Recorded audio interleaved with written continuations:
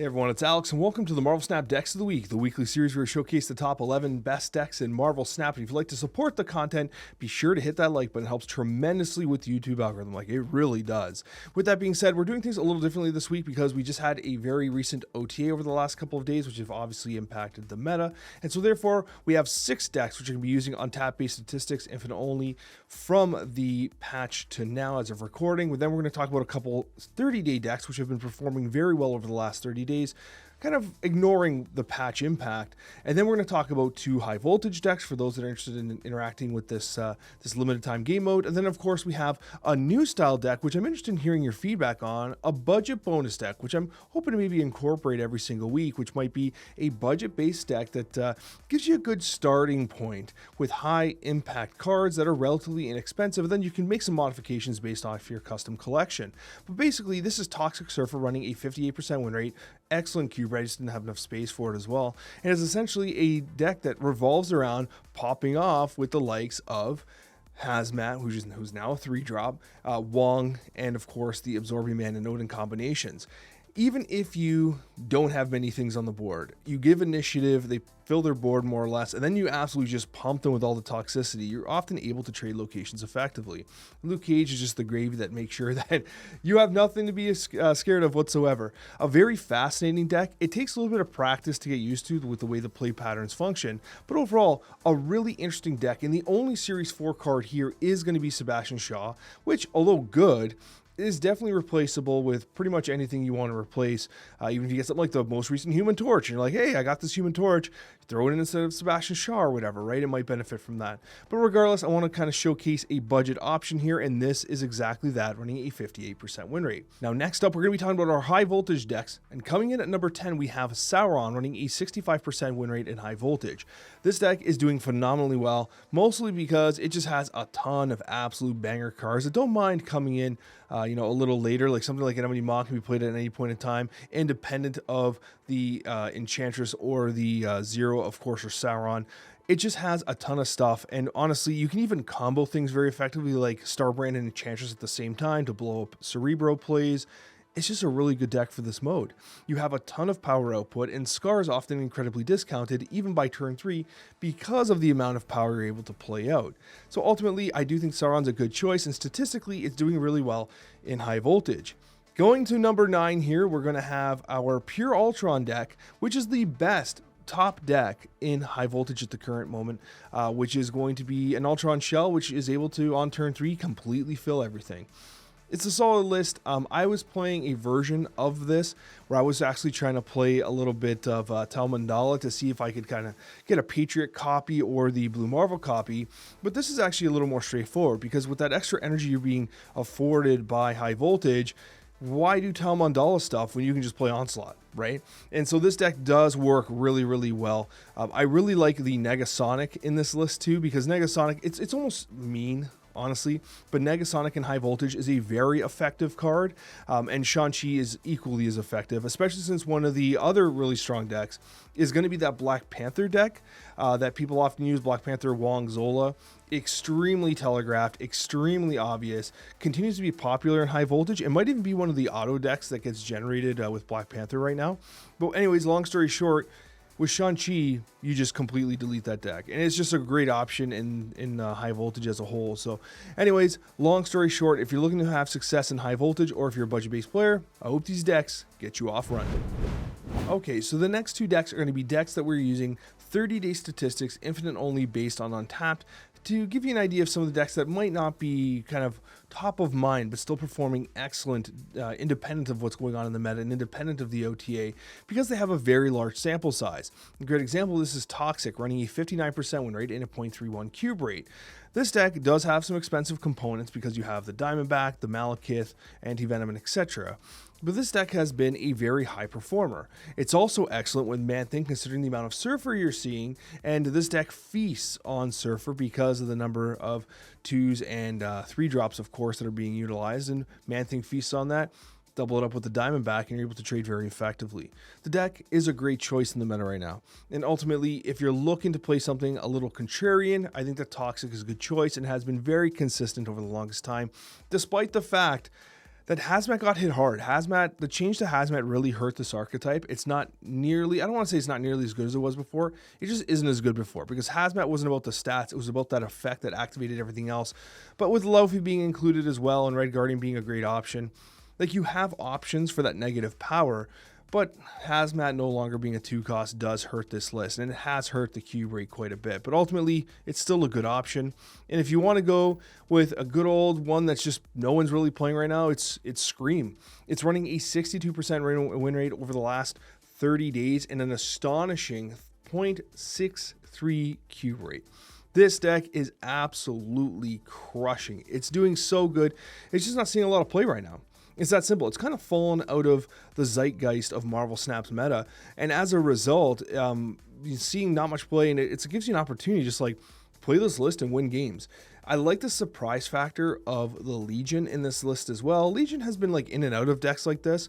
You do have Cannibal, and if you have Mercury, you could even sneak Mercury in this deck, honestly. If you're missing a piece, I don't know what you'd be missing. Maybe if you're missing Hydro Stomper, you can try something like a Mercury, right? But Hydro Stomper is great here because of not only Sam Wilson, but of course Silk. We're not seeing much Sam Wilson anymore, actually. Isn't that kind of interesting? Sam Wilson's kind of fallen. Maybe they need to stop releasing absolutely insanely broken 2-drops, because if Sam Wilson doesn't seem good anymore, then I think we've got ourselves a problem, don't we?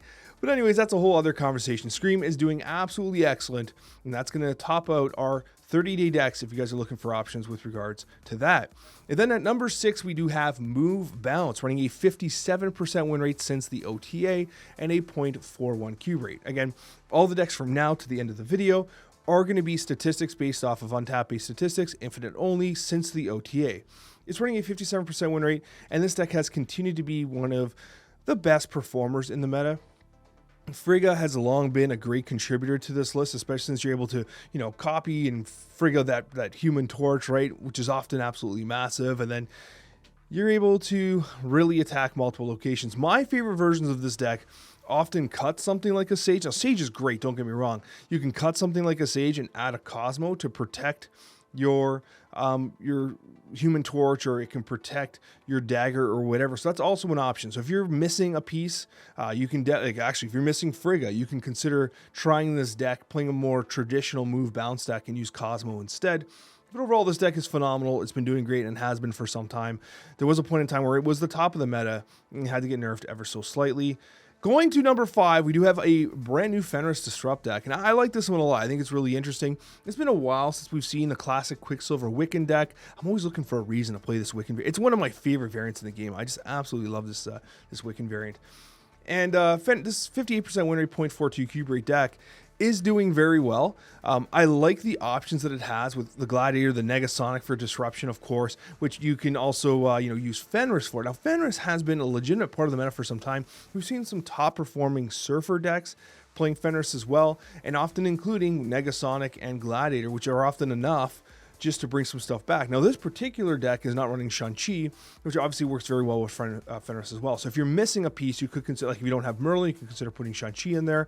This does incorporate Cannibal and Mercury, which is great with Fenris as well, another key activator, especially since the Cannibal-Mercury combination will ensure you're destroying a high-power card for the most part, which allows Fenris to bring it back with good effectiveness. So Fenris Disrupt, a great choice in the current meta right now, and a relatively new choice. And Mobius on Mobius, of course, considering the amount of discounting happening right now, just an excellent tech piece. So if you're kind of sick of the meta and you're just like, bro, I don't want to play this crap anymore, you can play this deck here and just piss everyone off.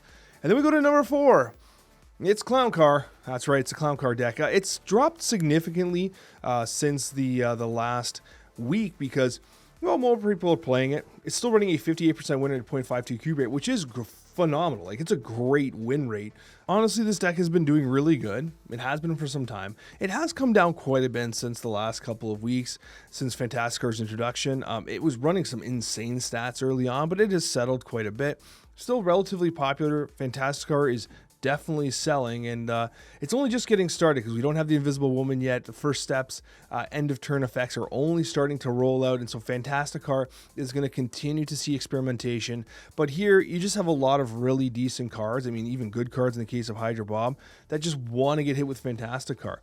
And it's kind of funny because Makari its nerf makes a little more sense now because Makari works perfectly with Fantastic Art, Bruce Banner doing well at 33% chance to actually proc, and Adam Warlock, which I mean, shouldn't be theoretically considered a good card because let's be honest, it's not really, right? But Adam Warlock seeing play in here, and it's actually moving Thaddeus to the side of the road. Like, hey, forget about Thaddeus. Why draw, a She-Hulk or a Hulk guaranteed more or less when you can just run Adam Warlock, get it buffed up by Fantastic Art, create another piece, and it operates similarly to Nebula because you play the Adam Warlock, they're encouraged to play there, and that's a perfect spot to put your Cyclops to get the pew pew action going, right? So anyways, Clown Car continues to be a great deck. I know it frustrates some with Fantastic Car being present, but honestly, it's been awesome and will likely continue to be throughout the season. As we go into our top 3, we do have a new Ronin Cook running a 59% win rate and a 0.54 cube rate. This is a very interesting shell running the likes and disruption of Supergiant, which, let's be honest, we have not seen in a very long time. We have a Supergiant deck, unironically, which is kind of fun because you can hide things like your Maximus or your Hydration Bobbert behind there and then potentially do some interesting stuff. But ultimately, I do really like the way this deck is designed. I like the idea of using Cosmo to protect things like Ronin. I think the disruption of Goliath is pretty valuable as well. This deck should be relatively strong at setting initiative relatively early, especially with the likes of something like an Iron Patriot. I think that the Daredevil Negasonic combination, because of the initiative granting capability of this deck, is actually fascinating, and you're able to often pick off kind of turn 5 plays with the Negasonic, which is kind of fun. But ultimately, it's just a very interesting cook. And I think that Goliath, for the most part, has been largely forgotten about as a card in Marvel Snap. And as a result, you're able to catch a lot of players by surprise with that Goliath, especially if it's been discounted by the Mr. Fantastic, which allows you to play it on turn 5 with your Daredevil as well. So there's a couple of interesting things here. When I was piling this deck, I thought it was kind of fun. It took some getting used to with the Supergiant and stuff like that. And Rocket and Groot's an interesting inclusion. Rocket and Groot I was using to kind of gain initiative going into turn 4, play it into a location, and then try to move it so that you can kind of earn initiative if you can, so that you can set up some plays with the Daredevil. But long story short, a very interesting deck rounding out the top 3. We go to number 2, and it should not surprise you. It's Silver Surfer running a 60% win rate and a 0.63 cube rate. I absolutely love Surfer. Now, we've seen a couple variations of this buff style Surfer, and it's awesome seeing Galactic, Gwenpool, Phastos all in the deck. And it should surprise no one that the Human Torch First Steps has been doing phenomenally well. This card is cracked. My experience with it has been incredibly positive. It has elevated Surfer to a whole new level, and that should surprise absolutely no one. It was from the start, from the get-go, it looked like an absolutely insane Surfer card. What's interesting here is we are seeing a Zabu-based shell despite the most recent nerf to Zabu. Zabu's still making use of himself, considering you got the Shang-Chi, the Gwenpool, and the Galacta present. So you have Zabu discounting, you have Surge discounting, you have Mr. Fantastic discounting, and now you see why we have something like a Mobius and Mobius in a couple of the decks here because of the amount of discounts being applied, and of course Phastos as well. So phenomenal deck, and this is one that I want to play nonstop. Like, I just can't get enough Surfer right now. And also, of course, you have the Red Guardian, which feels like a catch-all in terms of its power, in terms of its contribution to tech. And of course, Sebastian Shaw, which earlier shells, we weren't actually seeing Sebastian Shaw with Human Torch. We were seeing one or the other, and now we're seeing both. And it's performing exceptionally well at number 2. Number 1 deck of the week, we do have Annihilus. Annihilus is statistically at the absolute top based off of the most recent untapped base statistics since the OTA. 64% win rate and an absolutely phenomenal cube rate at 0.86. I just think this deck is good. And I like the idea here that, you're not running Cersei because Cersei's absolute cringe, but you have the Cannonball Mercury combination, so you have like that package. You have the Werewolf by Night Merlin package. You have the Sentry Annihilus Viper package alongside the Hood. You have the Fenris Gladiator Shang-Chi package. This deck is a great example of how you can take a couple very high-performing packages, slam them together, and get phenomenal results. Thank you so much for watching, guys. I sincerely appreciate you, and we'll see you on that next one.